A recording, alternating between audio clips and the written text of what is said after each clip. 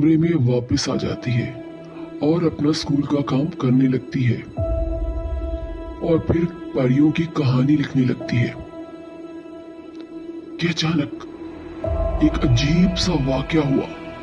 लिखते लिखते सारा का कलम रुक गया। वर्क फड़फड़ाने लगे। कमरे में अजीब सी रोशनी फैल गई।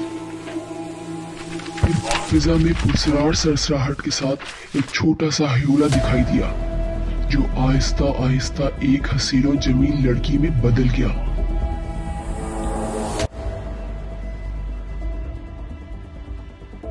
जो नकली लिबास पहने हुई थी और इसके शानों पर सुनहरे बाल थे।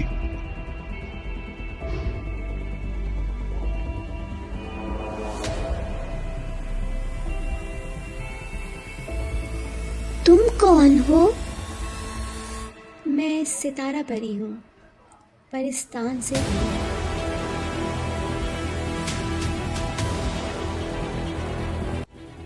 क्या वाकई तुम परिस्तान से आई हो? हाँ, तुम हमारी कहानी लिख रही थी तो सोचा तुमसे मिलाऊं। बल्कि तुम्हें परिस्तान आने की दावत दूं। क्या मेरे साथ परिस्तान चलोगी?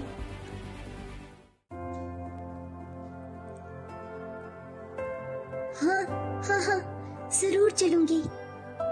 सितारा परी ने अपने हाथ को आगे बढ़ाया। तो आओ, आओ मेरा हाथ थाम लो। सारा ने फौरन से उसका हाथ थाम लिया और परी के संग उड़ने लगी। उड़ते उड़ते परिस्तान जा पहुंची। ऊंचे ऊंचे कोहसारों में घिरी एक निहायत खूबसूरत वादी थी। हर तरफ फूल ही फूल थे। सरसब्ज पहाड़ों से चश्मे फूट रहे थे जिनका पानी एक झील के पीछे घना जमा हो रहा था, जहाँ ऊंचे ऊंचे चिनारों के दरख्त थे। यहाँ बेशुमार परिंदे थे।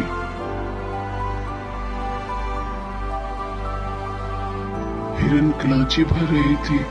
बतखें और बगले झील किनारे अटकेलियां खा रहे थे। वहां कुछ परियां आंख मचोले खेल रही थीं और कुछ परियां झूला झूल रही थीं। सितारा परी के सामने सारा को देखकर हैरान हो गई। फिरोजी परी वाली परी ने आगे बढ़कर पूछा,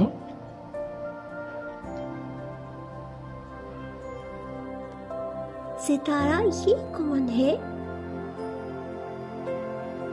फिरोजा, ये सारा है, मेरी मेहमान।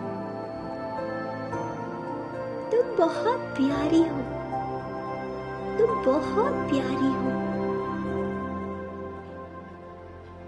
गुलाबी परी मुस्कुराई और हाथ आगे बढ़ाया, मिलाया। सारा ने पहले उससे हाथ मिलाया